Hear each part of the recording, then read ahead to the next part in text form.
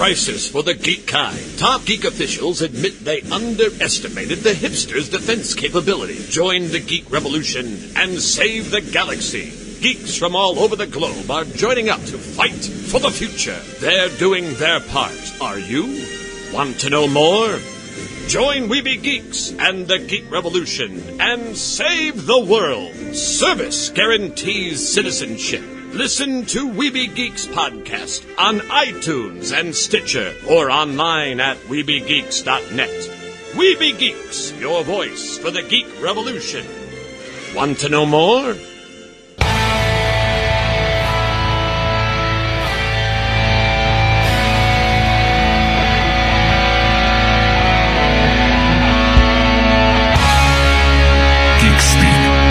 Definitive 365 cut.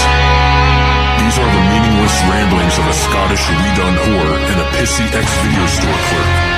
Their ongoing mission is to set right the movie wrongs. They're gonna need a bigger podcast.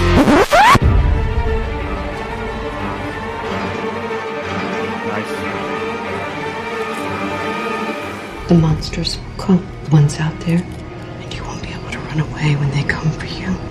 And they will tear you apart and eat you up all while you're still alive. All you can still feel it. And then afterwards, no one will ever know what happened to you.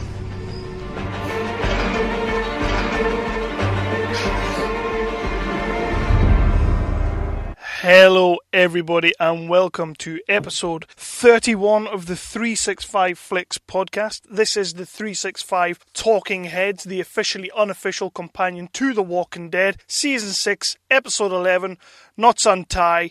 We're going to get into it in a quick second. What did we think of this bloody episode? Like, just a quick, brief sort of before we delve into it. We'll go straight over to Haze. Give yourself a little introduction and then give us your feelings, buddy. All right. Well, you probably know me by now, Haze, the comic book guy, part of your show. I've been calling you the comic book connoisseur when it comes to The Walking Dead, and you're like, yeah, I'm the comic book guy that you've had on your show a couple of times. Yeah, I'll read pet. Well, I'm building towards legendary status, but you're not. Rome wasn't built in a day. You're not quite there. I mean, doesn't come easy. It doesn't. But you'll notice for the logo banner for the Blab, it does now have your name up in the credits. Really? Wow! Yeah. I haven't even noticed. I'll have to have a check. Whenever I schedule a Blab, we've got a logo that goes on there. It will go out when the episode goes out as well. It's got Halden 365, Chris 365, some douche who's read the comic.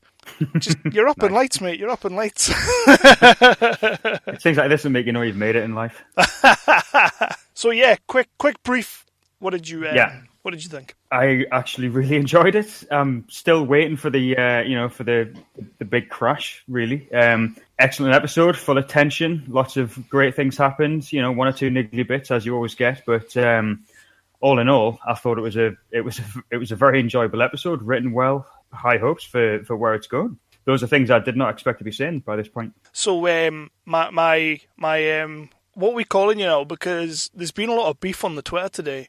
So can I still call you my co-host? What exactly are you now that you're gay, marry, and Brigger? I'm still your co-host. I'm not going anywhere. You're not going anywhere. You're not going to leave me. You're not going to leave me for Hobie So American. Well, I'm not American. I'm a so. No, I'm not going to leave you. Don't worry. Good man. Man. Even though he tried to headhunt me, I'm not going to leave you. Headhunted by Brigger.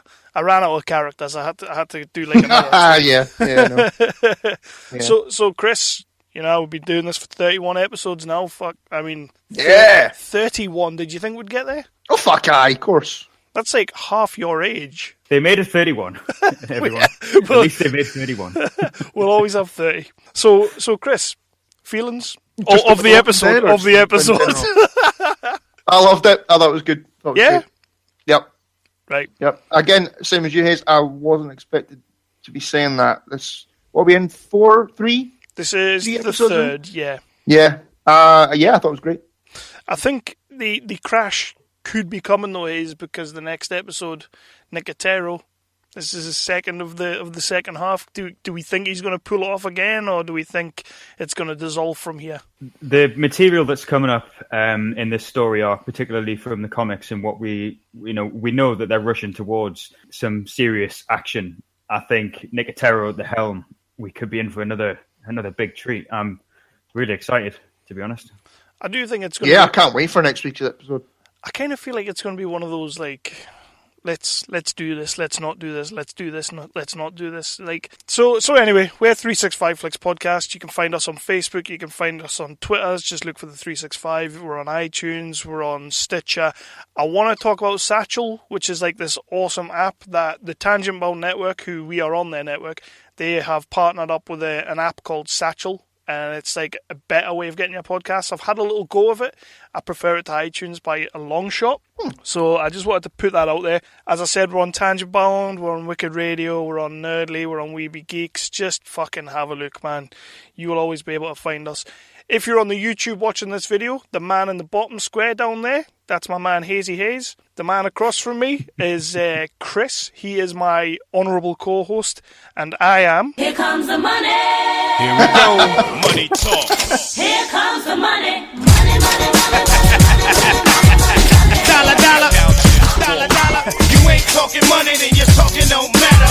Ching, ching, bling, bling, patent pockets. We take the dollar, dollar, can a damn soul stop it. About time I elevated to claim my own. Too much? You happy? So we... No, I was practicing my acceptance speech the other night. I know you were, mate. I know you were, but you didn't win. I did. Yeah. So no, I didn't win. That's why I didn't do it. But yeah, I mean, I'm super honoured. I'm so proud to be the owner of this belt. For now, bitch. Come to daddy. And I just want to put it out there that was on my that was my sympathy pick of the whole awards night. Yeah. And can I just say, for two film fans as such as we are, getting one right between us is fucking atrocious. It's a bit piss poor, really, if anything. It is. Like, I mean, Jeff from Hobie put a thing on saying that he had you at 2-1. Yeah. But like... That's just because he likes me better than you. It is because he likes you better than me. Yeah. And I thought he was being quite generous. I didn't realise how generous he was actually being. But yeah, so the episode... Yeah. So just you keep it warm for me. I'm coming back for it. So I will defend it quite graciously, and I'll probably be holding on to this bad boy for a little while. Stop doing that. It's for the Don't YouTubers. It's for the YouTubers. My belt. We'll get more clicks if I lick my the belt. Bitch. If I lick the belt, we'll get more clicks, man.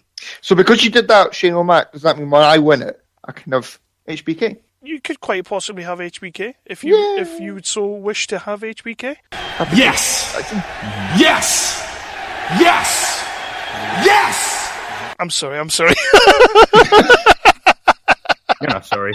I'm not at all. But this is the 365 Talking Heads, the officially unofficial companion to The Walking Dead, Series 6, Episode 11. Yeah, guys, I'm completely on board. There was a few things that really, really irritated me about this episode, but on the whole, it was a pretty fucking solid effort. I didn't know how they were going to follow up the Jesus last week coming into it. Obviously, they were going to go to the hilltop, but it was like, how do you follow that up? And I think they've done not a bad job. They've done a really good job this week, actually. I do have a couple of gripes. So will we just run through the episode, sort of timeline it, and we'll just jump in where we want. So who would like to start where the episode kicked off? Well, we start with my biggest gripe with the episode is how it kicked off. The whole Abraham storyline? Yeah. Who gives a flying fuck? I have to be honest with you, I've defended him the last 2 weeks, and in this one episode, I quite possibly have jumped the fence, and I'm sort of just like, yeah, I'm done. I'm out. I'm out with Abraham. You know, when they opened up and he was like walking through with, is it Sasha? Yeah. And I just... You just weren't bothered. No, it was pretty pretty turgid viewing, seeing the way Abraham and Sasha's relationship seems to be playing out. I've got written down here conscious uncoupling, as it reminded me of how sick to my stomach I felt about reading about Chris Martin and Gwyneth Paltrow's divorce. Wow. I was just thinking, Nah, we really don't need to care about this. We're not going to care about it if you try and make us care about it. Which is essentially what his whole character arc was in this episode. It was to make us care. Now, I did read something today that might get me interested in that, but we'll talk about that later. The whole Rosita, Abraham, Sasha, like, it's never bothered me. The whole Rosita and Abraham didn't bother me because I honestly just thought they were just, because they were there together and they were both of the same sort of people, let's just get it on. That was the only reason they were together, but now it seems she's got her feet under the table and she's all in love. I'm going to throw this out there. I think that the way that they've portrayed Abraham this episode, I think he is pretty much a dead cert to be dead. Yeah, I was thinking that. Yeah, as soon as the fight kicks off, I think they're setting him up to, he finally gets it. He finally knows what he wants to do with his life. He wants to settle down. He wants to do this. He wants to do that. He's asked all these existential questions about kids and about. I love the way that he said. He asked Glenn about, about the pancake. Man, Glenn's just a bit like, what? When you were pulling the Bisquick, were you planning on making pancakes? He's got some of the best one-liners. And can I just say, in that scene, a couple of weeks ago, I mentioned that the audio coming through from the Blab wasn't very good, so I had to use the one on the handy cam, on the handy recorder. And what did I say, lads? I said, you always double bag. And what did Abraham say? What did Abraham say tonight? He said, you always double bag. When you see the rain coming, you wear galoshes. What the fuck was that? He came out with loads of zingers tonight. When he turned up and he goes, good gracious Ignatius. Oh, yeah, that was it. I had no idea. It was only on the second watch. Yeah, I just wanted someone else to turn to him and just say, who the fuck are you talking to? And when he was like, let's rip up some asphalt. What the fuck? He just got no place in this world. He really hasn't. He's old school. Yeah. But I'm not bothered if he chooses Rosita or Sasha. And with the necklace falling on the ground towards the end, it clearly was. He's made his choice. That was very symbolic. Like, he's made his choice. He's going to try and pump Tyrese's sister now. Still don't care. Yeah, not really bothered. I think it was. It was spaced out enough for it not to take over the whole episode. Yeah. So I didn't get irritated by it too much, like I often do with The Walking Dead. It was something that I wasn't particularly interested in, but by the end, I just kind of thought, yeah, they're setting this guy up. I think he could be the one that we might come to in terms of predictions. Yeah, I'm happy with that, to be honest with you. I don't want. I read the other day it's going to be him, Daryl, or Maggie, because they could have killed off Glenn ages and ages. No way. Yeah, there's better not be Maggie. Not after this episode. No, it can't be Maggie. They're setting her up to be to take more of a leading role. I think so. I love that, but we'll get to that shortly. But I love that. We'll get to that in a little bit, but the episode pretty much, apart from the little bit at the beginning where they're setting up the whole Abraham arc for the rest of the episode, it pretty much starts off exactly where the last one finished. So you've got Farmer Glenn and Farmer Maggie who've decided they're going to make tomatoes now. What tomatoes? Fucking tomatoes. Sorry, I've watched this episode twice and they kept saying tomatoes. Did anybody else realise how many times they said tomatoes in this episode? No, just you. Yeah, that was definitely just you. So Maggie's taken up the role of Farmer Rick from the prison days. Glenn's decided that he's going to be a bitch and help her. So you kind of had that, but then you had, like, it kind of cut across the camera, across the way, and you saw, right, okay, we know Jesus escaped. We don't know how he escaped. I'm assuming none of the other survivors knew how he escaped, but how the fuck did they know to head to Rick's house? That's actually a really good question, yeah. Yeah, there was no explanation about that. Because I don't know. That is a good point. There were no gunshots. Yes, Carl pointed a gun, but the scene. Yeah, little badass. Yeah, the scene where Jesus walked in. There was no shouting. There was no kickoffs. There was no things getting smashed up. Yeah, how did everyone know that? Because it seemed like there was a moment when you saw Denise all of a sudden just sort of go legging into a house or something, and then about 10 people show up with guns. It was just. Well, we'll just say like Carol told them to go there. Well, let's be fair. Carol wasn't in this episode at all, so we will just assume that Carol said, "By the way, he's all up in Rick's house." That's what it was. Yeah, busting out Rishon's sexy time. And we, like you say, we had the little scene with Carl dealing very well with this situation, pulling the gun on Jesus, and then Jesus saying, "Your mum and I'm waiting for your mum and dad." And then we kind of find out in a couple of scenes that's the first Carl knows of this. Yep. I mean, so that was the first time. Yeah, I was quite surprised by that.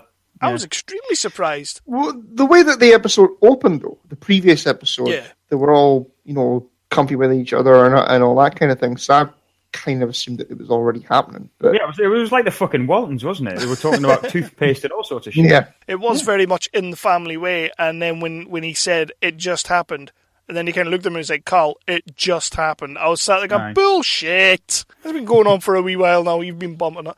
Or what was it? Abraham said, "Bunking uglies." Yeah. Fucking Abraham in this episode. A, he pissed me off, but B, he had the best lines. So then we get the big sort of exposition that we kind of already knew about why Jesus is there. How awesome was it that not only did Jesus break out, but he's reconned the whole fucking compound, basically. Yep. He's a badass. He's a fucking ninja is what he is.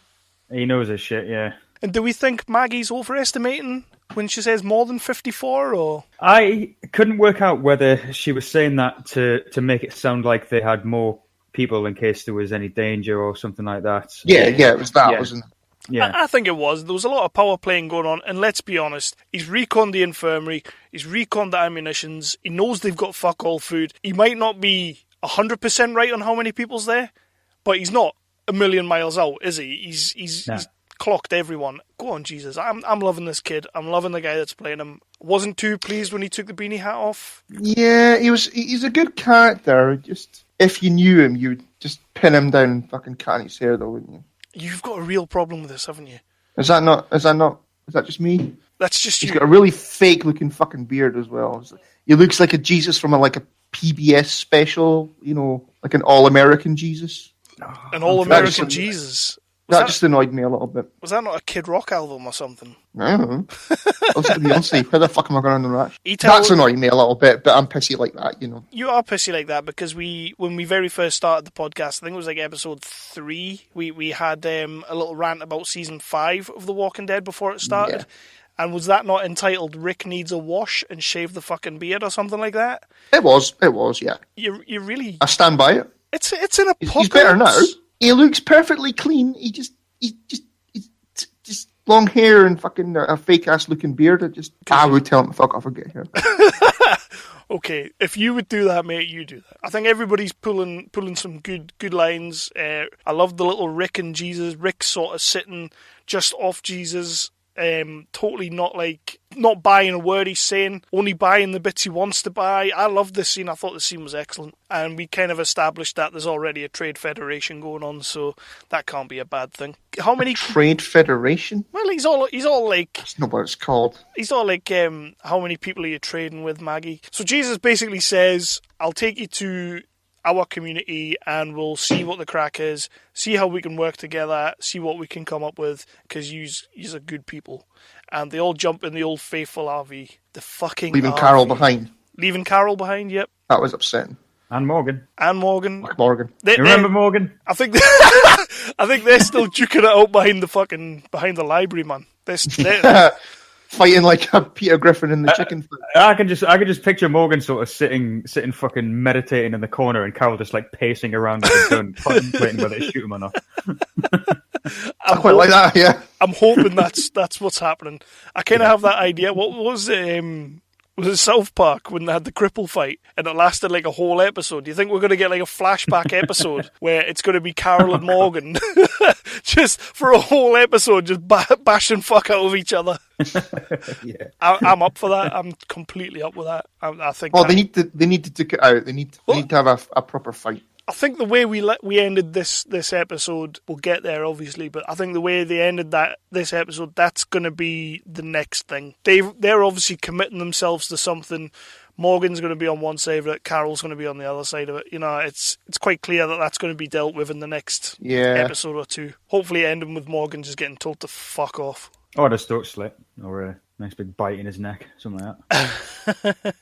So yeah, we have a nice little scene where everybody's gonna fuck off to the hilltop, and they're all jumping in the RV, like I say. We had a nice little scene here. I actually quite liked this. There was a couple of things that happened that really interested me. One of which I never thought would ever interest me. The other one I'm loving. The fact that Rick wants to take Carl with him, and Carl says no. He's all like, he wants to stay back and help. You know, if anybody comes, he's going to defend the compound. I love this. I like that Carl, since getting shot in the eye, or since Carl's come on leaps and bounds, I'm still pegging Chandler Riggs this whole series. Yeah, he's excellent. He's really coming into his own now, isn't he, Chandler Riggs? But yeah, I mean, I touched on this last time we talked about The Walking Dead, and the gunshot is something in the comics that really jolts Carl's character, ahead. Yeah, he really does start to become Carl the man, Carl the absolute badass. After that, and we're starting to see that pay off now. And that was a really mature. And to be fair, Carl seemed to be the only person who realised, well, hold on. What, there's like 7 of you going to this weird place that we don't know about, and hold on, so Rick's going, fucking Abraham's going, yeah. I was going to ask. John's going, Glenn's going, Maggie's going, basically the entire crew. What happens if the Saviors turn up? The fucking Daryl's going. What happens if the Saviors turn up to Alexandria now? But anyway, we'll forget about that. That's something where Carl just thought, yeah, maybe one of us should stay back at least. Well, I think he had to stay back just in case Morgan or Carol do actually kill each other. So, yeah. Because they were literally the only two worthy of defending the compound. Yeah. Well, you're going to give it to the preacher, are you? Well, we have got the preacher. He's staying back as well. This is what I was going to say, Chris. The fact that Rick's like, you need to come with me. I'm going to leave Judith with Gabriel. It's like, what the fuck?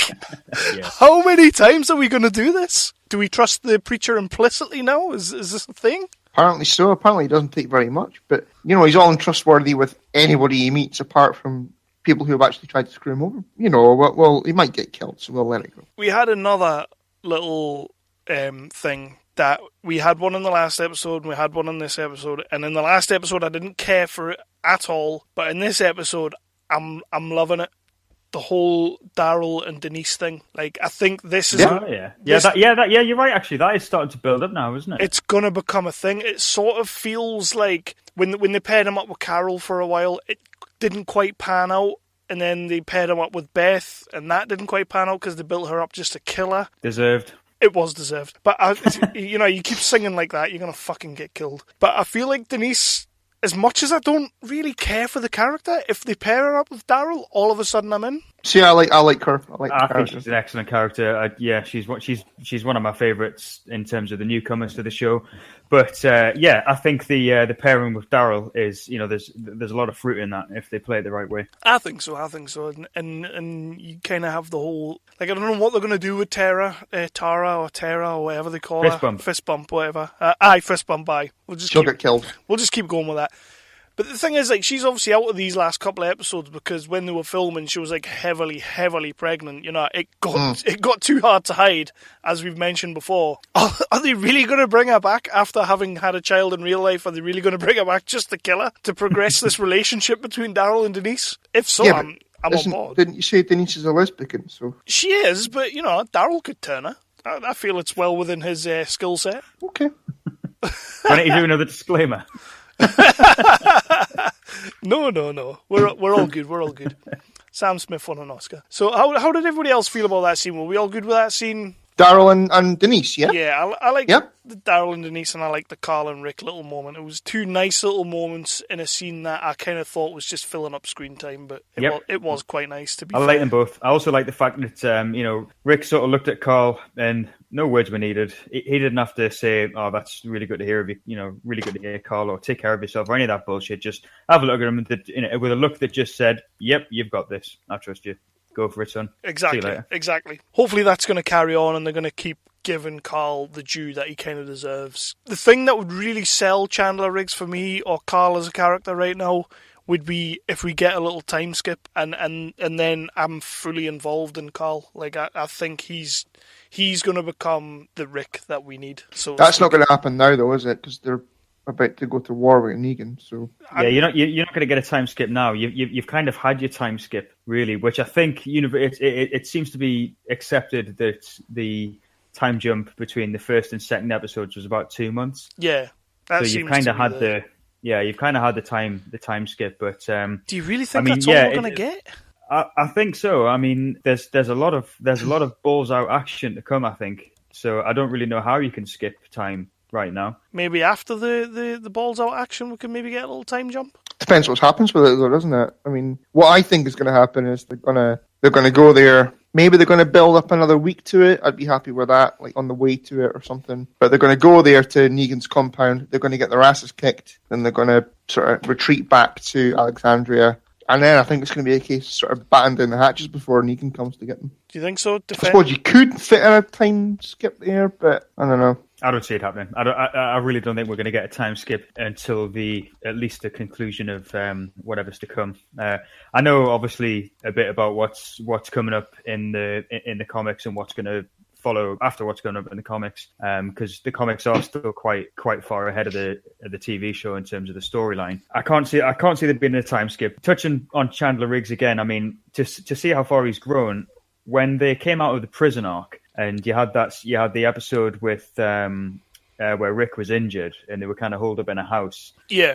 And there was a lot of kind of father-son moments, and I wasn't a fan of that episode at all. I didn't think very much of it worked. The interplay between Rick and Carl didn't really work too well. The way that Carl's the way that Chandler's. I just didn't feel he was ready for the kind of lines that he had that episode. But now he's growing into it, and his character has kind of grown. It's kind of growing with him, and he's a perfect fit now since that. Definitely. Gunshot. He's looking the part. You can tell he's seen some things, man. And he's seen some stuff and fangs. Yeah. America.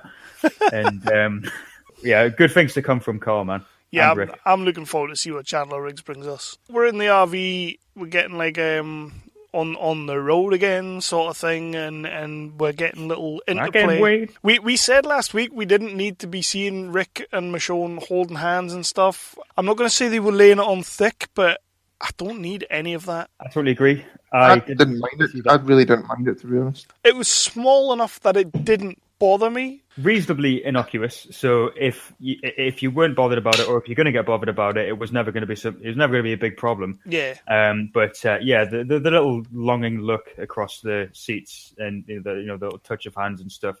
Yeah, we get it. You reminded us at the start of the episode that they're mum and dad now. Yeah. We don't need to have it forced down our throats. We don't. I think Chris just likes to see people happy on TV, especially in The Walking Dead. He does. He's got there's a lot of emotions going on there. Yeah, bless. Well, I'm getting gay married, so Oh no! I'm very happy. Oh no! The end of the 365. No, you see, my dad's going to listen to that episode. And he's going to think, "What the fuck?" It's all right. I'm not getting. Does he not? Dad. He'll be absolutely fine with it. He'll be like, as long as he's happy. So it's in that RV sequence that we get. I think it's like the first sort of Abraham asking the existential questions, like you say. I do like the fact that he calls Carl out, Glenn out on being like, where did you get the cojones to kind of make a decision like this? Like, I quite like that. Yeah. But they really fucking tried to nail this Abraham thing, and I just wasn't buying it from word one. I just did not care. Didn't really work. Didn't really give a shit. And right in the middle of it, when Glenn was answering the questions. I mean, Glenn at this point now is such a humorless, whiny fuck. Yeah. All I want is to see him dead. I just want his fucking head on a stick. Definitely. That's all I want out of this show right now. Whenever the subject of Glenn comes up. Hopefully we're going to get there.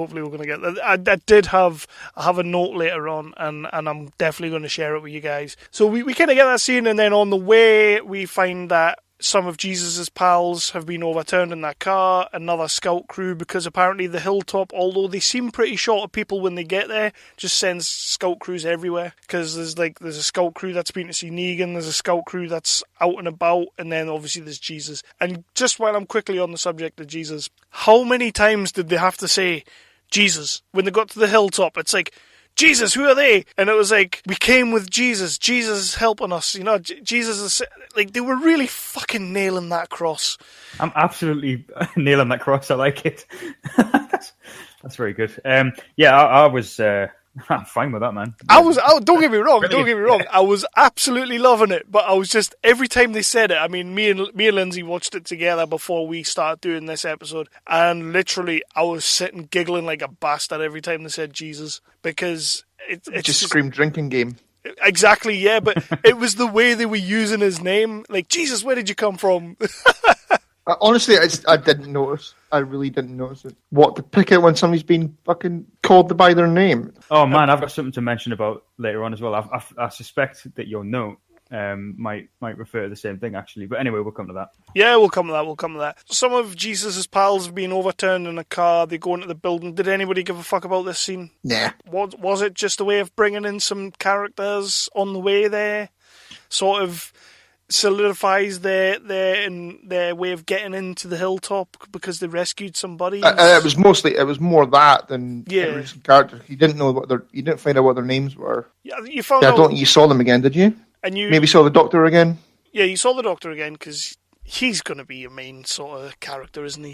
He's going to become someone. Yeah, it certainly. I think Chris has hit the nail on the head there. It makes it more believable that when a big group of people with guns turning up on your doorstep with Jesus, I mean, Jesus could have just been, coerced or being forced into saying, yeah, bring them in.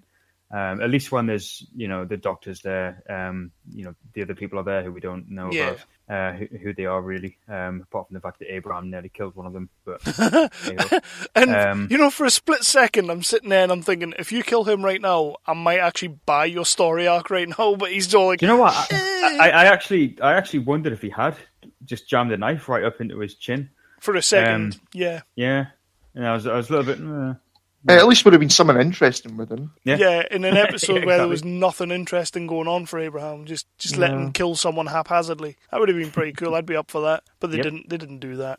They get to the hilltop. Now, I love this bit. I think the hilltop is fucking awesome. What are your thoughts on the hilltop? Agreed. Yeah, I agree. Agreed. I'm so glad. Number one issue was when was Rick's diabolical driving. So when it's clear that that your big fucking RV is starting to get stuck in mud, what do? Oh, let's just you know what you should do now, Rick? Slam the throttle as hard as you can.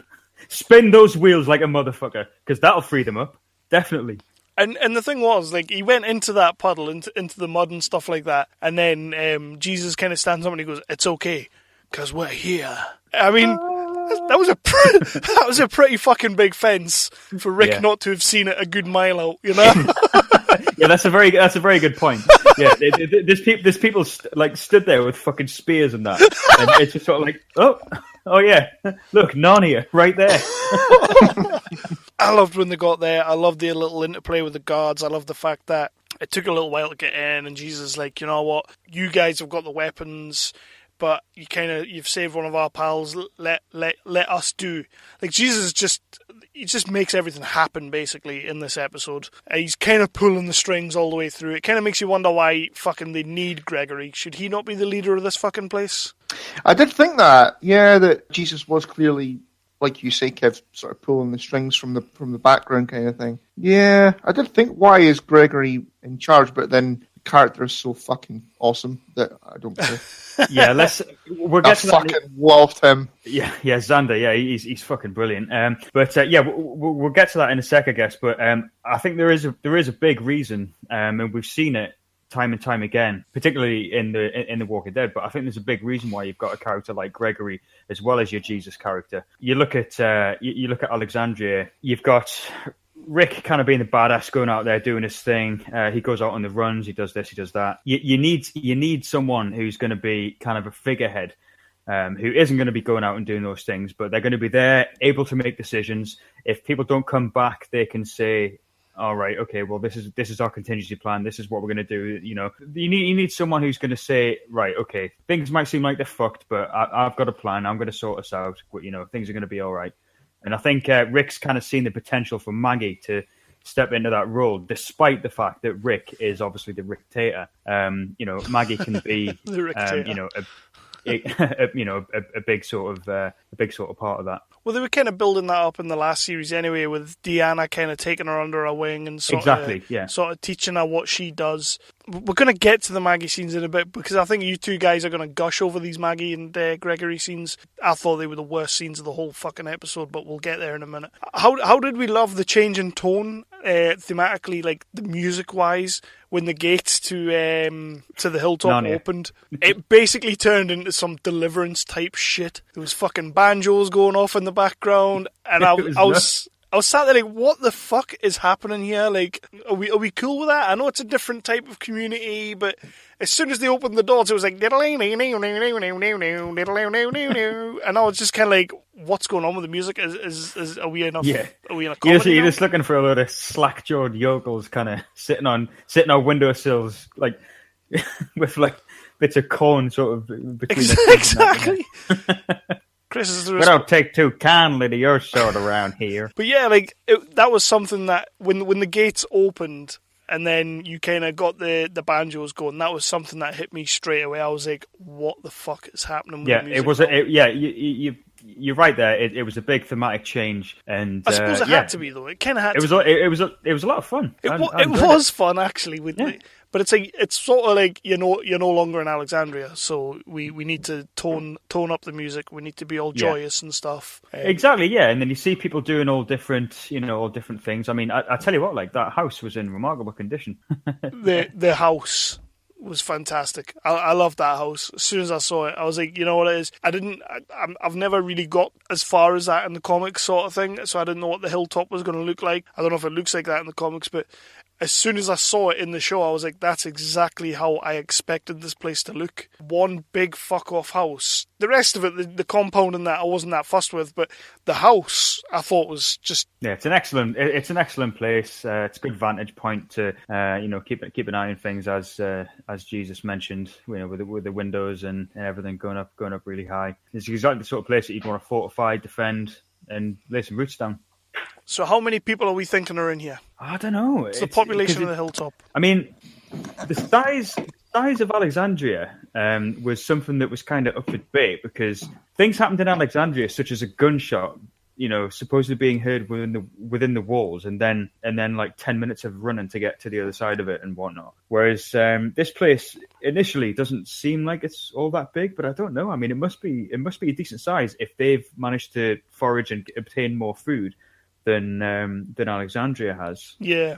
So yeah, I don't know. It was just like, it kind of looks like that wall is very close to the back of the house, and I'm sitting there thinking, so there's not much to the hilltop, the area. I'm thinking there can't be much to it. There must be, like you say, there must be. It's got to be a decent size. He kind of, when they do the bit at the start, and he's like, you've not got many people. You're like, what, 54? It kind of felt to me as if to say, well, we've got more people than you. Like, come to our community, because it's about to get a whole lot bigger, But when I looked at it, I'm thinking, it's fucking kind of small. I need an aerial shot, and I need to see what the crack is with the hilltop. So, Chris, what did you think of the house? The house. What did I think of the house? It was a house. Fine. Okay. So they go in the house and they meet Gregory. And we knew Gregory was coming because they cast Xander Berkeley, an awesome, awesome actor. Yep. I did not know how much of a fucking douchebag this guy was going to be, though. I've written down, he comes across like the post-apocalyptic David Brent. He's just got that kind of smarmy, sort of self-important, I'm the boss. Sort of way about him. I love that. What I absolutely loved was, as they were walking up the stairs, you guys maybe covered this when I was away, when they were walking up the stairs and Rick went to Maggie, you need to go and talk to him because I shouldn't. Yeah, because basically the guy would have been fucking dead if he had done it. I just love that. But Gregory was awesome. It was kind of like just a smarmy, creepy, slimy bastard. And that scene right there that you mentioned, Chris, was a definite bit of foreshadowing for Maggie's role. The conversations that came after that with Maggie and Gregory, we'll get there in a second. Like, I could have done without her doing all that, but to be completely honest, I was sat there thinking, I really don't fucking want Maggie in these scenes. Who the fuck else was going to do it? I think she absolutely nailed the scenes, Kev. I think you can't have Rick in those scenes because Rick's no, I completely agree. You know, like he's a brutal bastard who's going to just fuck it up as soon. You know, when they were speaking to Jesus at one point, Rick kind of said to him, "Well, we came here for supplies and we're going to leave with them." Exactly.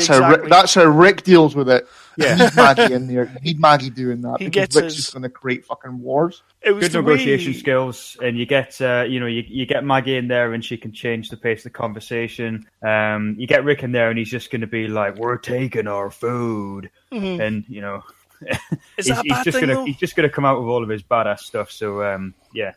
I did like the way Rick did that, and I did like the way Rick kind of, like you say, Chris, when they're on the stairs and he's like, "You better go in there and do that." Like, I love the way that Rick clearly knows. Like, he's recognising his own limitations in that area. Yeah. So it's like, he's gone a bit fucking mental, which we want him to be. We want him to be a fucking lunatic, but he also knows he's a bit of a fucking lunatic. But Rick's best scenes are when he does that, which, you know, there's a scene coming up. And 10 minutes after they get to the house. Oh yes. Which I actually, you know what? I think the first episode you asked how many times did I, you know, sort of punch the air. That's the first proper one of this season that I've done. Oh, definitely. When that happened. Yeah, that was awesome. Anyway, we'll get to that. They very much up the ante. We get a little. See, I was clapping the dog, motherfucker. You mysterious wanking. Shut up. So we see another little bit with the Ginge. The Ginge is talking to I think it's Daryl at this point, and he's sort of like, how long do you think they've been bumping uglies, sort of thing? But he totally fucks up and he's like bunking uglies or something like that. And Daryl intentional of it, yeah. I do love the way that Daryl just kind of turns around and he's like, you know, so what if they are? I did quite like that. Yeah. Just brushes it off. There was a bit that I wanted to ask you guys about when Abraham said to Daryl, have you ever thought about settling down? Yeah. Daryl went, do you think she would settle? Was he on about Carol? I don't know. Who was Daryl on about there? Was it someone for Daryl or someone for Abraham? I don't know if I'm starting to wonder if I misheard that now, because I've read that completely differently. I've read that as you think you should settle, as in, like, what are you talking about, settling down? I don't think he was asking Abraham. Daryl was asking Abraham, Sasha would settle or whatever. I think if I read it correctly, and I might well not have. I mean, it might be good to go back and double check what he said, but I read it as him saying to Abraham, "You think you should settle?" As in, what the fuck are you talking about? We're in the middle of a post-apocalyptic war right here, pretty much. You know, shit's going down every day. I don't know. I don't know if Daryl really has the capacity to consider settling down. But if he was saying, "Oh, you think she would settle?" Like, you know, maybe that's an effeminate side of Daryl that's kind of coming out. Who knows? See, I completely took that totally different to both of you, because I took that as in when Abraham was talking about Rick and Michonne, and then he turned around like straight away and says to Daryl, "Do you ever think about settling?" I thought he was on about when he says, "Do you think she'll settle?" I thought he was on about Michonne. That's kind of how I took it, but could be that as well, Kev. Yeah, but we've all taken it completely different ways. Yeah, yeah, which is nice. Yeah, it's better. That definitely bears a rewatch. We get that little scene, and then we go into the room with Maggie and Gregory, or is it Nancy, or is it Natalie, or is it... Because fuck me, the amount of times he did that, I was sat there going, you bastard. He was a total dirtbag, like. I don't like Gregory. Oh, I don't, but I can tell he's the type. Oh, he's a complete dickhead, but I think he's fucking awesome. He plays it amazing. Xander Berkeley is playing that role amazing.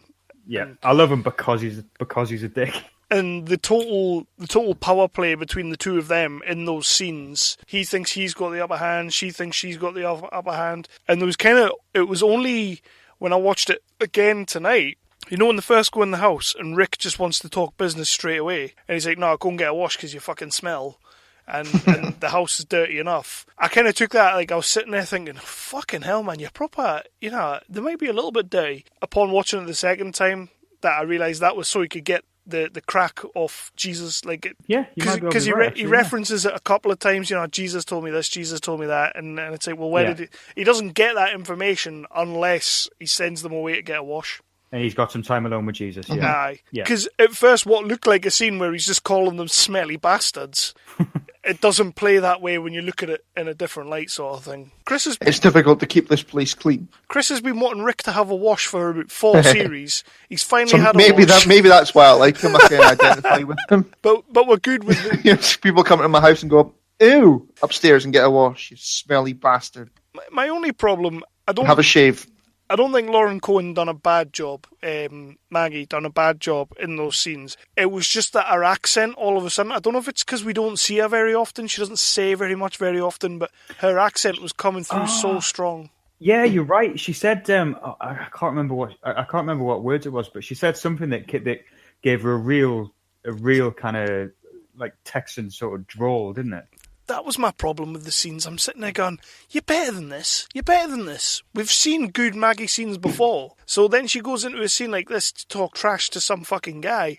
And she's all like, oh yeah, we gotta plant some crops and get some tomatoes and potatoes. And I was just kind of like, has her accent always been this thick? I don't know. I'm sort of trying to think back. I mean, there's definitely been occasions. But yeah, the fact that you mentioned it there, I didn't give it enough thought to sort of think to bring it up, but as soon as you mentioned it there, I knew straight away what you were talking about, because it did, even for a brief moment, it did strike me in the episode, like all of a sudden, oh, Maggie's got an accent again. She hasn't had a tremendous amount of dialogue. She hasn't. I guess. She hasn't. That's the thing. You've hardly seen her really. She's not had anything to do. And a lot of it's been kind of whiny. Like the scene with Aaron and stuff. But even that scene in the last episode with Enid, when she's like, you're here now, you're with us, she didn't come across, like Clarice Starling or anything like that. She came across quite normal. And then in this episode, she's all like, yeah, like, it just fucking...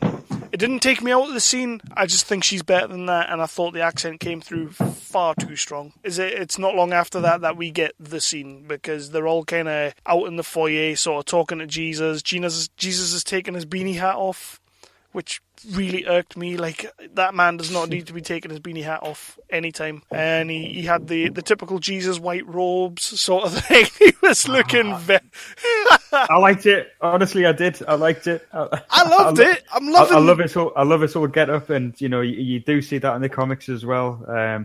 It's it's a very, very on the nose thing with Jesus, and I really, really like it. I do love the way Kirkman's playing that. I do. Like, he's totally just he's kind of like, I've got this absolutely perfect character who's amazing at everything. He keeps the peace all the time. He gets things done. And oh, by the way, we're going to call him Jesus. He's going to have long hair and a beard. Oh, by the way, he's going to wear white robes. He's going to look like fucking Jesus. Yeah. And not only that, but he's bringing them to the mountain, sort of thing. It's just exactly. How many fucking biblical references can you put on one character? Yeah, I mean, and clearly what's coming next is, when they go back and Rick's sort of saying, oh, but what about the RV? And then Jesus will just be like, they'll just levitate it, You may drive the RV now, my son. That puddle that you were stuck in, I'm going to part it like the Red Sea. Yep. Yeah, fucking hell, man. Excellent. The other guys come in from the other scout mission, because apparently in the hilltop there's about 10 scout missions out at one time. Indeed. Which you might be right. There might be about fucking 60-odd people in this place. And that's when it all fucking kicks off in the best scene of the whole episode for me. Yes, it was a fucking brilliant scene. It was. So we're on the scene. The scout crew come back in, and Gregory just fucking drops the N-bomb like it's fucking nothing. I love the way that they made nothing of it. Just, he's kind of like, oh yeah, shit went fucking south. And Gregory's like, Negan? And then you kind of get a little glimpse of Daryl thinking, oh shit, we've heard that name before. Yeah. Which was fucking awesome, because they've never really mentioned that yet. True. And they do kind of gloss over it in a little bit, which fucking annoyed me. So that happens. Negan wants to send a message to Gregory, so he gets one of Gregory's own men to stab him. Did we see this coming? When he started walking towards him, I did, yeah. Did we kind of just want him to stab him in the fucking throat? No. Yeah. I saw it coming, obviously, and I knew he wasn't gonna kill him. But was the intention to kill him though? Oh yeah. Yeah. Well, Rick stopped him, didn't he? Yeah. Rick tackled him. Oh well, I think he would have killed him. Yeah. You know, to be fair, it showed the inexperience of someone who, to be fair, should be really experienced. If they're still alive at this point and they're going out on runs and stuff, they should know how to kill someone. And if you want to kill someone, you don't stab them in the stomach. Stab someone in the stomach, and they're possibly going to be all right. And if they're not, then it's going to take them quite a bit of time to die. Yeah. But then Maggie said later on in the episode that they don't have fighters, they don't have ammo, they don't have experience. I was going to say that. So that was the whole point of Jesus going to Alexandria. Like, well, it's the whole. So point the guy, even though he's been going out on runs and what have you, he's maybe not experienced enough to just do what Rick did. Yeah, I guess so. Yeah, and plus he is also going up to the leader of his own community, and he's conflicted and stuff. So yeah, I guess I'm being a little bit harsh. Maggie also said, "You're lucky that we were there." Yeah. So that kind of implies that if they weren't there, if Rick hadn't been there to tackle the guy, he would have been able to finish his job. Which I would agree with. There was nobody else there who was gonna sort that situation out. And how fucking badass was Andrew Lincoln in this scene? Just this whole fucking scene. Oh. Just it's Rick from series gone by. Yeah. It's Rick back when he was fucking biting people's throats out because they were gonna rape his boy. It's Rick. It's fucking Rick Grimes. That was the comparison you just made there. The guy who was having a go at Carl. That was the perfect sort of callback. Incredible survival instinct that he's got in him. Unbelievable! Wow, unbelievable. If we had a zombie kill of the week, we haven't we haven't really sort of got that on this show yet. But well, to be fair, they've not killed many fucking zombies since. Not really. Since episode 1. Yeah, I mean the only real zombie kills this episode was in that in that house, the crash site. Yeah, that we didn't really care about. But you would be given zombie kill of the week to Rick killing someone who wasn't a zombie. Oh, that was... Yeah, it was brilliant. Blood squirting all over the place, and he was fucking covered in. It was fucking regular old Rick Grimes. Like he was covered in fucking blood. It was brilliant. And then you had kind of a flashback to the scene in Alexandria where he beat the guy to fuck, and then he sort of monologued about it, but instead we just got what? Yeah, I think he's learned his lesson fucking from monologue, and he's definitely learned the lesson from giving a monologue because he doesn't want Michonne to cold cock him again. Yeah, that's true. So that, like you say, Chris, that was fucking an amazing delivery. The way he just kind of looks at everybody, he's like, "What?" It was just like, "Oh man, you don't know what it's like out there." In the real world, we have to do some things, Carl. Carl. Please don't tell me. Yeah. We're not going to get more of that in the Hilltop, are we? We're not going to have more of them all saying, "You don't know what it's like out there," are we? No, because Rick's just going to go, "What?" He's fully in there, and that was... It was complete deadpan, wasn't it? There wasn't even a trace of, what? What, guys? It was just, what? Do you know what I mean? It's like, what the fuck are you even... Why is this even a thing? it's like, surely you guys sat there thinking you've only just cleaned up, for God's sake. He stood there like, surely you guys know what it's like out there.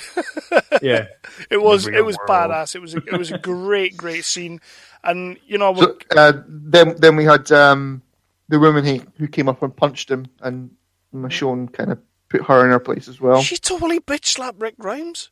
What the fuck? Yep. And I'll tell you something. She put him on his ass. Which was quite fucking. I was like, wow, she's got a bit of bite about her. And then Michonne just kind of knocks her down. She's like, "Not my man. You ain't gonna hit my man." You ain't gonna hit him.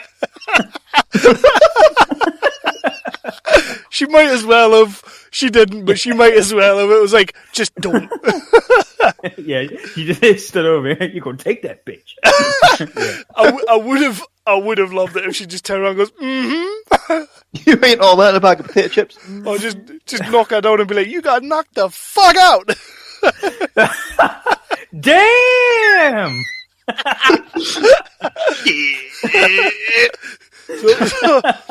So at what point does this become racist? Yeah, it's definitely disclaimer time, isn't it? Oh no! Our hearts are all in the right places, listeners. Fucking hashtag 365 so white. Leo. So we give him So we give Rick. He doesn't talk about it. Rick got kill of the week by until I win it back. He got kill of the week by an absolute mile. But what about that fucking arm break from Daryl? Ooh, Yeah. It looked savage. I was kind of like, love a bit of Daryl badass. Yeah. And you know what? Awesome. They keep kind of downplaying the badassery of Daryl, but when they do give you some, they fucking give you some. I mean, we've had the arm break. He blew up 9 of the saviors. Just unbelievable, Daryl. It's Daryl that we need. I keep thinking about that scene in that first first episode, man, and I can't get over the fact that they were stood a matter of 10 feet away from people who had a fucking bazooka fired at them, and they were totally just fine. What the fuck? They were fine. I mean, yeah. Anyway, because reasons. Because Walking Dead. So we then have another sort of Jesus exposition where he's telling us about Negan, which I love this scene again. Did anybody catch the line? It was probably my favourite line of the whole episode. Abraham had some great lines, but Jesus delivered a line, and I like to think it was completely on purpose, and it was in there as a little bit of foretelling. But when he's on about how they came in and they killed the 16-year-old kid so that we knew Negan wasn't fucking about, and then he said right off the bat. Yeah. Oh yes, that was very deliberate. Very deliberate. And I loved it. As soon as he said it, I was like, fucking, I love The Walking Dead right now. Yeah. You know what? Yeah, that's what you just said there. Just I think just typifies how all of us have been feeling throughout all of this. Exactly. They're doing the right stuff. Let's just hope they keep doing it. Like you say, though, we've been here before. I think before it let us down by now, though. In the last series, the first half of the series, when you had the whole quarry thing, like, even though it was a bit far-fetched and a bit fucking stupid of an idea, I quite liked the first 3 episodes, right up until they bait and switch Glenn and they killed Glenn and it was like, he's clearly not dead. Right up until then, I was liking that. And then they killed Glenn and then they done a cutaway fucking episode to Morgan and then it just never got back. Yeah, well, you had the Rambo Carol episode. Yeah, that was like episode 2, and wasn't then it? like the episode after that was decent from what I remember, but the episode I think next week is going to be fucking good. I hope so. And like I say, it's Nicotero again, so hopefully the man's gonna keep it on track and we'll be in for the long run and we'll get a great fucking 8-episode second half of a series. But are we happy with the way Daryl just kind of jumps in and he's like, shit, I killed fucking 9 of these fuckers. We'll all just go in like motherfucking gangbusters and we'll kill Negan for you. Like, I mean, is that the way it goes down in the comics? I'm not going to comment on how it goes down in the comics. I'll touch on it a little bit, I guess. But my main issue at this point is the group have got a pretty severe case of arrogance going on. Yeah.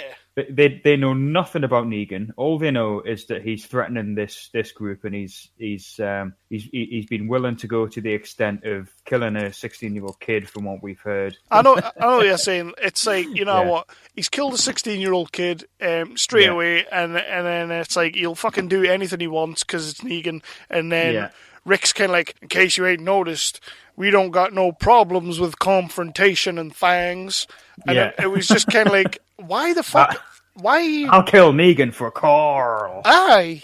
Yeah. Fuck, you give me a jar of peanut butter, I'll go out there and kill Neegs. Neegs. Neegs.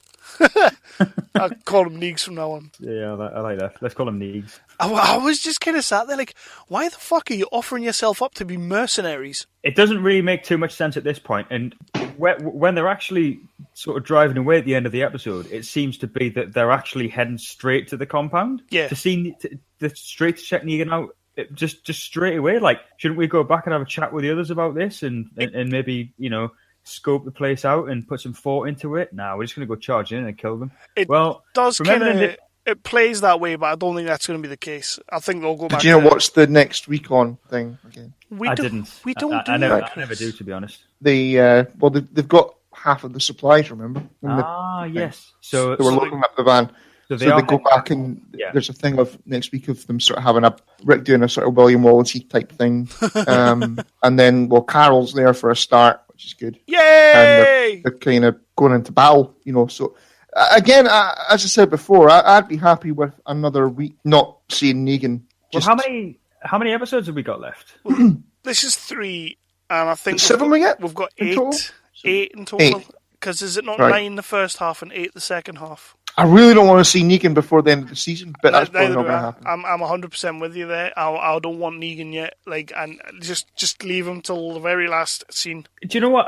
I do agree, but the fact that they're here at this episode, they're moving too fast for us to not see him. Well, that was my thing. Yeah, you're probably right. As I was watching it, and then Daryl kind of jumps in and he's all like, "We'll go and kill Negan." I was sat there and I literally thought to myself, shit, this is moving super fast now. We're going to see Negan in the next couple of episodes.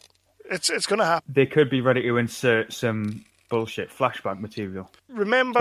They've done that before. They've done that before with next, like coming up on The Walking Dead, and it's been different to what's actually in the next, what's actually in the next episode. So I remember in the last episode when Denise was asking Daryl for the soda pop, she did mention that Tara and Heath were going on an away mission. So we might get a Tara and Heath episode, because she's like, those two are going away for a couple of weeks, and I just took that as... God, I fucking hope not. I took that as... Dude, we don't need them starting to do that bullshit, bloody flashing back and forward and all that. Well, that's the thing, yeah. While the narrative is going quite well, we don't need to start doing that. Yeah, when The Walking Dead tries to be clever and flashbacks and doing this, doing that, jumping between plot lines and like trying to Pulp Fiction things up, it falls flat on its arse. So they've built up a good head of steam now with this half season so far. I just want them to keep it up, and if that means that we get to Negan, fucking hell, man. If it's still this good, bring it on. Yeah, I'm sort of there. So, I don't think we'll see him next week. No, we're not going to see him next week. Fuck that. I think, like I said before, and like you've just said on the coming next week, I do think it's going to be very much like a town meeting. Yeah, they're going to be back to Alexandria and saying, right, this is what we've got to do. And I think that's maybe where we'll get to deal with Carol and Morgan a little bit, because clearly they're both going to be on either side of the fence. He's going to be all, let's be mates with them and stuff. Let's be mates. Let's go and talk to them. And then we go to the second Maggie and Gregory scene. Or you had the little scene before that, didn't you, with Michonne, Rick, and Glenn and Maggie on the balcony, kind of just like talking about how this is what we can offer to the hilltop. This is our trade. Rick's clearly made his mind up that they're just going to go into a fucking Suicide Squad mission and take down Neegs. I don't like the way he's being so cavalier with everyone. Yep, I agree. I think they're setting him up with a bit of hubris. And we all know what happens when the hubris takes over. That's what I said before, that I think they're going to build up. They're going to go there thinking, we are hardcore. We're going to just kick some ass. And then they're going to get their asses handed to 2-3 of the fishy characters are going to get killed. Kill them off, kill them, get rid of them. You know what I would quite like? I'd like to see Andrew Lincoln taken out for a couple of episodes. If you know what I mean. Maybe he gets injured. I think they're going to go to Negan's compound. They're going to get their asses kicked. Could you imagine if Andrew Lincoln takes such a fucking Andrew Lincoln? If Rick takes such a fucking beating when they get to that compound, he takes such a beating that he's out for 2 episodes or 3 episodes. What series was it when at the end of the series he was fucked? It was the prison one, wasn't it? It was with the governor, wasn't it? Yeah. It was the end of the prison arc, the conclusion of the governor story. And you had that the governor beat the snot out of him. Oh, aye. But could you imagine if you just get that scale to where Rick's fucked and everybody's kind of like, right, what do we do? Maybe they sort of have a kind of period where they don't trust Rick anymore after he leads them into that. They could go to there. They could go that way. I'd like that. I've always said, like, as much of a good guy that Rick is, he's also kind of the fucking bad guy of the show. Yeah, I mean, as you said, Kev, he's kind of cavalier and saying, right, we're going to go on there and blow them to fuck. Yeah, he's got a history. I don't think that's going to happen. I really don't. Hayes is just sitting there quiet because he knows what happens next. Well, I might have an idea, but things get remixed in this show all the time, so exactly, it's not necessarily going to be 100% accurate. But I'm excited. I know what you're saying. On that point, I wanted to ask this before and I completely forgot. What do we think? Like when Jesus came into it last week, I basically asked you, Hayes, as to who Jesus was, sort of what he does, and you told us that he's a total badass. He can sort of fight when he needs to. He can be like a silent little ninja when he has to be. Are they leaving out the badass side of him? Are they leaving out the fighting side of him? Do you think in the series? Because right now he just seems like. Well, they haven't needed to. They haven't needed to show him doing that. I guess. I mean, you've seen from his introduction. And the little fight scene that he had with Rick and Daryl last episode, he has got that in him. I don't think it's the last time that we're gonna see it by any means. This episode, I don't think there was any real need for it. I mean, he spent most of the episode, captive in the RV, and there hasn't really been much opportunity this episode, I guess. But you don't need him doing that every episode, though. Yeah, I know, but as well. You saw him. It was him versus Rick and Daryl in the last episode, and he was kicking their asses. You don't need to be doing that every single episode. I just want to see what he can do, if you know Yeah, what I mean. but have some fucking patience. I don't got no patience. Mm-hmm. I'm the one-time 365 Flicks fucking champion. I don't got patience. You what? So then we get the second meeting because Jesus comes onto the balcony and he's like, Gregory will speak to you now. And then he basically tells Maggie that Gregory's kind of a dick, which I think she kind of already knows. I love the fact that Jesus, although he knows that Gregory's the man who's in charge, he's clearly got he knows. He's got Gregory's card. Like, he's got his number. He knows he's a fucking idiot. He knows he's a fucking douche. You know, he knows, doesn't he? And he's basically holding this whole fucking thing together, if you ask me right now. But he also recognises what we were talking about earlier, that Gregory does have a role, and he has to protect that role as well. So, and he's very much like the sort of Daryl, what was that guy's name? The scout guy who brought Daryl into the fold. Aaron. Jesus is very much that character of the hilltop, you know. He's sort of the social outcast, but everybody seems to have a big fucking respect for him because they all seem to respect him. Like, they let him talk him in. Gregory listens to everything he says. He's kind of the catalyst for everything in this episode, which I loved. Skipping ahead, you have Maggie and Gregory's second scene, where he's no longer calling her Nancy. Perfectly happy with the scene. Thought Maggie nailed it. I'm loving Maggie in that role. Gosh. Especially when she started saying, she sort of started off the negotiations type thing, saying, right, we're going to go and kill him for you. And then she ended it by going, we want half of everything you've got. I think I'm loving Maggie in that role. Which, to be fair, are you really like, say you're in the hilltop and you're already given half your provisions to a guy who says he's not going to attack you, would you then give half your provisions to another gang who say they're going to kill that guy? The deal that they have with Negan is pretty much the deal he's going to make with the survivors. The guy, Negan, has tried to kill him, and then Maggie made the point of, right, you're giving him half of everything you've got, or whatever it is. What is it, like once a month or once a week or whatever? Mm-hmm. So pretty soon you're going to run out of stuff to give him, and what happens then? It's still the same fucking deal, though. I was just kind of sat there like... No, it's not. It was. And he'd already tried to get them to work for him. So really, the conversation... Yeah, in a dicky way. The first conversation they have, she should have just turned around and says, okay, we'll work for you. Give us half. We'll work for you. And it's all good. And then you don't have to have all that shit in the middle. But then the guy, Negan, hadn't tried to kill him at that point. He was all being a cocky cock at that point. Think it through, Kev. Come on. I'm thinking it through, but it's like the deal that You've made your notes. Think it through. Put them together. The deal that he wanted in the first place, that she wanted nothing to do with, he then got anyway. You know, like I think if somebody had stabbed me in the stomach, I'd be more inclined to listen. Maybe you've got your belt in the way to fucking stop somebody stabbing you. So we'll test that theory the next time I see you.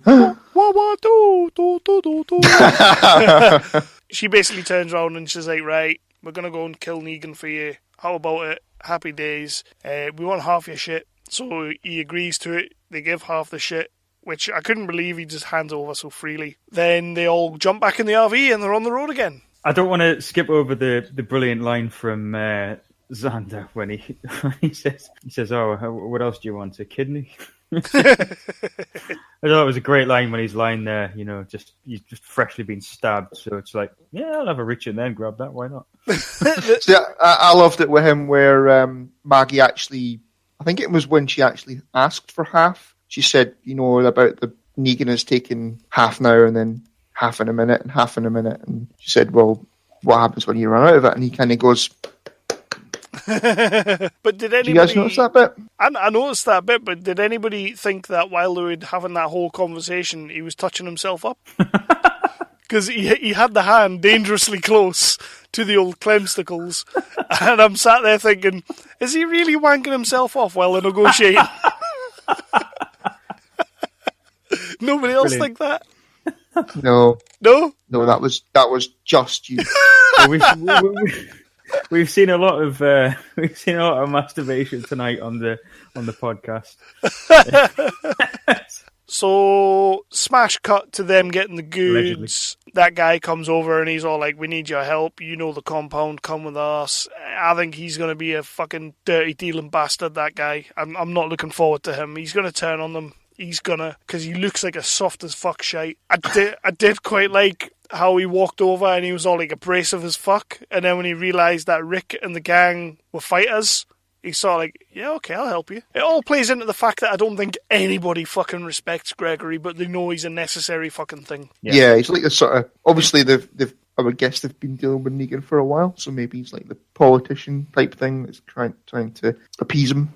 Yeah. He's the knockoff Janeway that knockoff Janeway wanted to be. Because she had this whole idea. She drew the map of making trades and growing fucking wheat and shit and tomatoes. Which made little to no sense. The tomatoes, what's wrong with you? They kept talking about tomatoes all the way through the episode.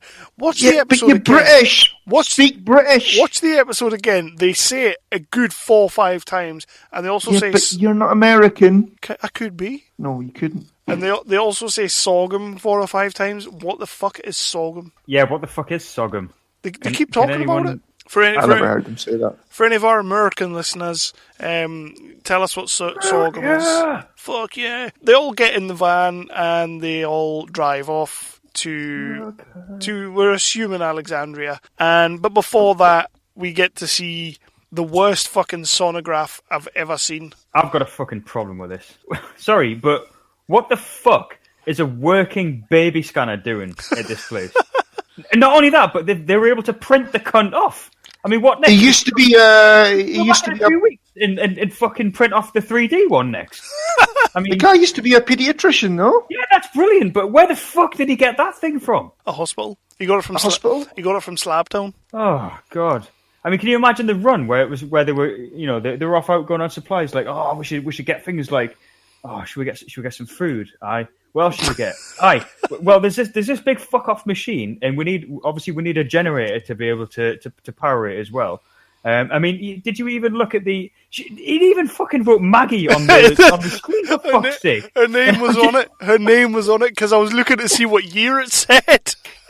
Jesus Christ, man! It's never going to be the most believable show, but stuff like that, it's just like fuck off. This place isn't a working hospital. We've seen what goes on in a as close to a working hospital as possible when we saw the atrocious kind of the death and lead up to it of Beth. That kind of spin-off story arc. Nah, didn't buy that at all. And let's all sit and fucking get misty-eyed looking at a fucking scan photo. Fuck off. But then Chris loved this scene. I don't have anything against with them having a scanning machine. What's it called? A baby scanning machine. A scanning machine. I don't have anything against them having that. But I think the only ones who got misty-eyed was Glenn and Maggie. Everyone else was kind of like, they'll probably be dead in a minute anyway. As Haze said earlier about Glenn dying, no more so than when he had that shit-eating fucking grin on his face when he was looking at fucking Abraham, and he's like, that's what it's about, Abraham. That's what it's about. The new fucking world. And I was sat there like, die. Yeah. Like, I want him dead. I'm 100% the same as you. To be honest. Yeah, I wanted nothing but to stab fucking rusty tent pegs into his temple at that point. And it's a shame. Here we go.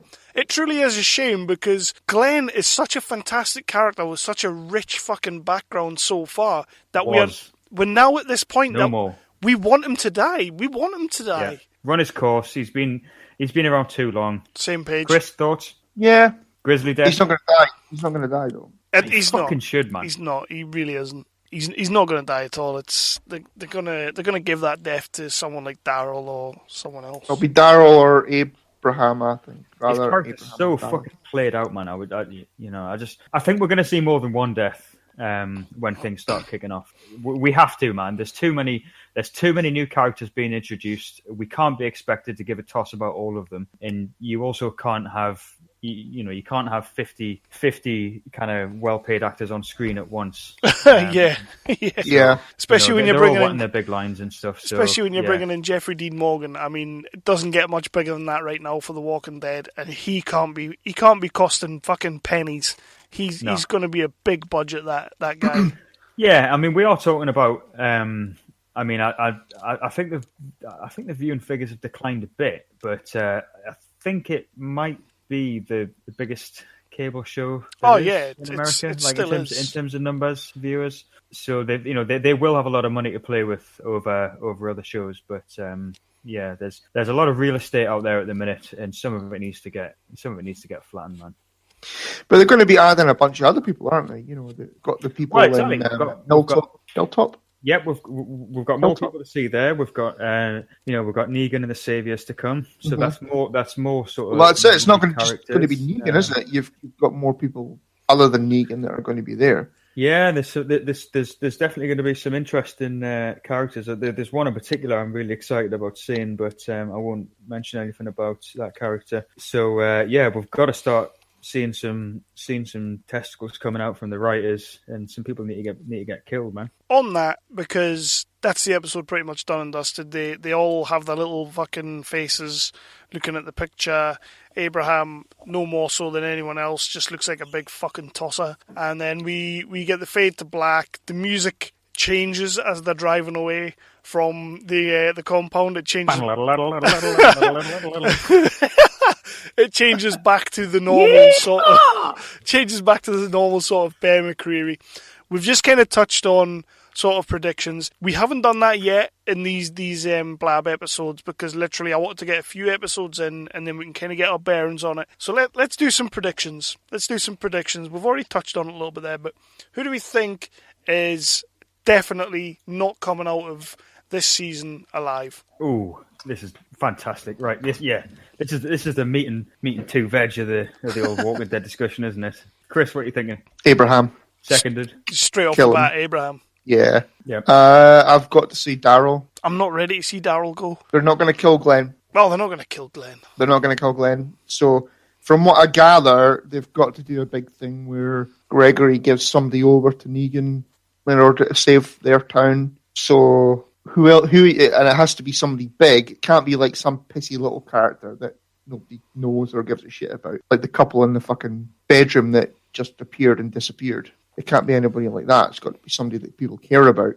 So it has to be Daryl. From the little that I do know about Negan, and from the little that they've told us in the show, he's just an uncalculated fuckhole. Like, he doesn't really have a master plan, so to speak. He's just fucking flying by the seat of his pants, and he's just doing whatever the fuck he wants. Do I look like a guy with a plan? Ooh, well, he's kind of a badass, but he's smarter than meets the eye as well. And the plan really is kind of one of get what you want through intimidation. But from what he's done to the hilltop, killing one of their weens. The fucking what? One of the weens? What the fuck's a ween? Just turn the heard that against this. A ween. A fucking weens. You take the weens. No, come back. So what I was going to say there, like, is if Negan, who just seems to be on his own sort of path of just killing people because he wants to kill them, if he kills Daryl, is that not just sort of payback? Because Daryl blew up 9 of his guys and left them in a puddle of, what did fucking Abraham say? A puddle of puke or something like that. Yeah. So is that not just sort of payback? So Daryl's death doesn't really mean fuck all either if Negan does that? Could be. It's got to be. If it's not going to be Glenn, it's got to be one of the leading boys. I reckon they ain't going to kill Maggie. No. So you're looking at the others. I don't think they would kill Michonne, but Oh fuck no! Well, she's just got her own mobile game, hasn't she? So she does. She survives the attack. Yeah, I'm really excited about playing that. By the way, The Telltale game. It looks fucking awful. Not the Telltale one, the mobile one. Oh, I'm talking about the Telltale one. I wasn't even aware I've not seen of another I one. just saw the trailer for the mobile game on the. It looks crap. Yeah, all right. Yeah, I got no interest. Anyway, sorry. Better not be Michonne. I'm not going to be happy if it's Michonne. She's got more to come, Michonne, I think. I alluded to an article earlier, and I read this today. I don't know much about the comic books. Like, I've dipped my toe in the well and I've had a look. But this guy was talking about a story arc that would make sense for both Abraham and Rick going forward with the Negan. And they basically started off by saying that Sasha is a goner. She's 100% gone by the end of the series, because something in the comic books about how they're going to retcon a story from the comic books. Somebody gets kidnapped because they're mistaken to be with Rick. She gets kidnapped and killed. I know exactly what storyline you're talking about now. Yeah. So they're saying that they're maybe going to retcon that story, and that's why they're doing this whole thing with Abraham going to go with Sasha, because apart from Michonne, Sasha's, for lack of a better word, she's the only other black character in the show. So they're basically saying that he'll get with her so that they can take Sasha and kill Sasha, thinking it's Michonne, to get back at Rick. Which, I sat there and I read that, and I was kind of like, I don't know anything about the comic book, I don't know anything about that story, but I fucking like that story, because if they do all this with Abraham, and they get him to a point where he's made this choice between Rosita or Sasha, only to then take Sasha out of the game, I'd love that, because I hate that ginger prick right now. Well, I'm with you on hating that ginger prick right now, but I don't. Yeah, the thing that you're theorizing there with Sasha and the story in the comic, it's fucking brilliant. I don't want to touch on precisely what it is, because it is a little bit different from what you've suggested there. If they do it the same way as in the comics, it's going to be proper edgy as seat tension, and oh man, it'll be amazing. But I think that's actually a little bit down the line. I don't know, but who knows, man? They could mix it up, bring it forward. It was basically an article I read, and I sat there and I thought, I fucking love the sound of that. I do love the sound of that. Really dark shit coming up, man. That's what we need, though. That's what we need. Oh yeah, we do. Particularly in an episode like this, where really nothing sort of tremendously bad's happened. I mean, a guy got his throat. I mean, we're getting desensitized, aren't we? We're just a bunch of callous, fucking bloodthirsty animals. Well, I am, at least. But all that really happened was that Rick cemented the fact that he's a badass. Cemented it once again. He's gone back to the days of yesteryear in season 2, 3, and 4, and he just nailed that scene. Fucking awesome. I mean, as far as predictions for any deaths going, I'd be quite happy to see Sasha go. I kind of wouldn't mind seeing Fist Bump go, because I want to see Daryl and Denise sort of interacting a bit more, and I don't mean in a sexual manner, I just mean I want to see where that relationship and that friendship could go, because I find that really interesting right now, and I don't know why, because I cannot stand the character of Denise. I can't stand her. I don't know what you've got against her. Yeah, neither do I, to be honest. just something about her I don't awesome. like. Just something about her I don't like. And she's all like, oh, he has some cake and it's made out of fucking good things that are really good for you. And he's just like, yeah, we'll stop on the way and I'll get something. Like, there's McDonald's on the way, we'll just get a Mackie. I really don't see what you've got against her. But you just said you want her and Daryl to react more, so... I would. You realise there's going to be more of that. That's what I'm saying. For a character that I'm not that keen on, I think that's the last 2 episodes where they've showed you those 2 little scenes. It's something that I would like to see played out, and she'll grow on me. Daryl needs a little bit of interaction with someone, because they've drawn a line under Carol. That just doesn't seem to be a thing anymore. Yeah, certainly between him and Carol, yeah. As much as I wanted Rick and Michonne to get together, I've always kind of wanted Daryl and Carol to get together. Oh, I don't think it will now. Unless Carol and Morgan. Oh, fuck you. Don't go there. I suppose they could kidnap Morgan instead of Sasha, because... Oh, please. I'd be happy but with then nobody's going to give a fuck about that. Surely the whole point of that story, again, from what I gather, is it has to be a fucking devastating, horrendous event that they have to give somebody up. Well, somebody is given up to him. And it isn't a spoiler, and this is why I'm comfortable talking about it, because Robert fucking Kirkman spoke about it. He went on the Midnight Show, didn't he? Yeah, he spoke about it on the what the fuck is it, the Talking Dead, about the storyline with, you know, Glenn sort of being offered up and murdered by Negan with his bat called Lucille. He specifically referred to all of those things, which I think was for someone who's involved in entertainment media, particularly something, you know, is with a fan base like The Walking Dead. To say that, I just thought was horrendous. But yeah, and obviously the whole thing there was Glenn and Maggie. So obviously Maggie was going to be losing Glenn. So yeah, they could be setting up Sasha and Abraham for a similar sort of thing. Maybe, I don't know. I'm on board with that. What if they give up the niece? Is that going to matter? They can't give up Denise. She's the doctor. No. Everyone needs a doctor. Yeah. Everyone magically has a doctor. Yeah, there's a lot of doctors going around a post-apocalyptic world. Scanning equipment, apparently. As far as anybody else, I'm good if Abraham goes. I'm good if Sasha goes. How do we feel? You've just touched on that, but how do we feel if that's who they give the big death to? If they actually give it to Morgan? To Abraham? No, if they give it to Morgan, I'd be cheering on Negan.